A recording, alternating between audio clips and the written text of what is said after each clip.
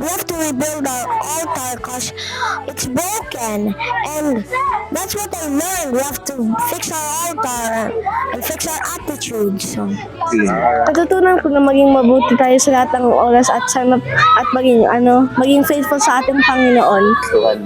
Ang pinakagusto ko yung mga obstacles, especially yung monkey bridge.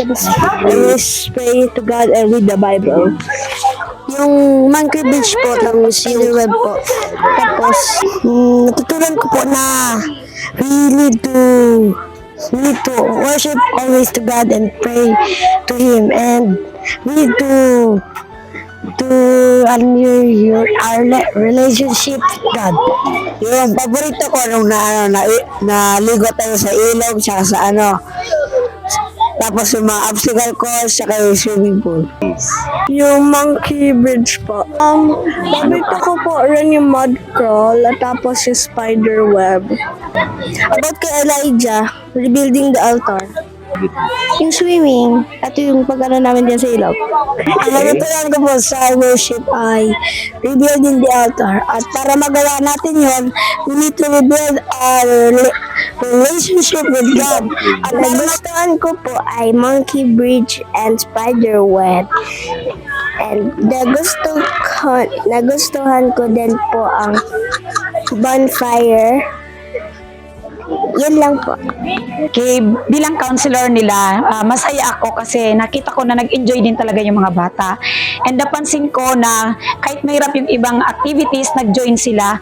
And talagang yung mga bata, nakita ko doon na yung compassion, yung at a young age, yung faith nila sa Panginoon ay nandun. And sila rin ay marunong makipagkapwa sa ibang mga bata. Nakita namin yung cooperation sa bawat isa sa kanila. And lalo na dun sa mga maliliit, very eager sila na mag-follow ng mga rules. And dun naman sa mga malalaki, ay willing sila na turuan yung mga mas maliliit sa kanila. So, bilang counselor, dito ko nakilala yung mga estudyante na aking na-handle. Nakilala ko sila kung paano yung naging buhay nila for the 3 days, 3 nights, kung paano sila makisalamuha sa kanilang mga classmates, and ganun din yung kanilang leader na kung paano yayain ang kanyang mga members para mag-cooperate sa kanilang mga activity. And isa pa, na-experience ko din ang dakilang pagpapala ng ating Panginoon dahil sa 3 days na init at ulan, pero doon sa time na magsiset na kami ng fire, talagang parang bumaba ang kanyang Holy Spirit na para i-guide kami at binigyan kami ng magandang panahon na kami ay matapos ang aming Pathfinder camp. Hello, magandang umaga sa ating lahat.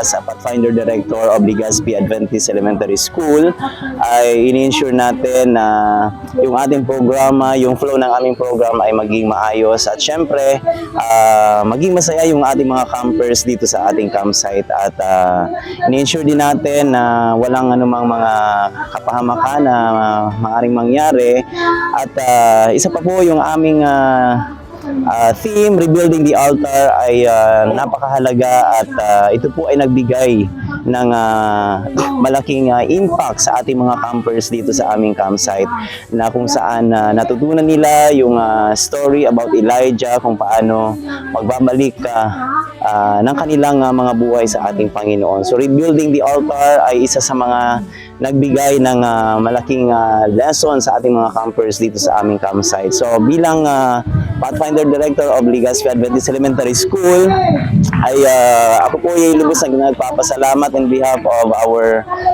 school, headed by our school principal, Ma'am Gina Villegas. Kami po ay lubosang nagpapasalamat sa success ng camping na ito, Pathfinder Camp 2025 na amin pong ginanap.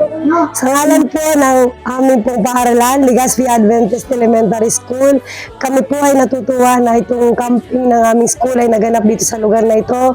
Isang napakagandang lugar na kung saan ang mga pathfinders and adventurers ay talagang nag-enjoy sa kanilang mga activity sa pangunguna po ng aming Camp Director Sir Jason Renti, at ganoon din sa mga support ng mga parents, at ganoon din ang donors, lalo-lalo po ng aming Panginoon na siyang nag-guide sa amin at nag-protect sa lugar na ito the whole duration ng camp. Thank you.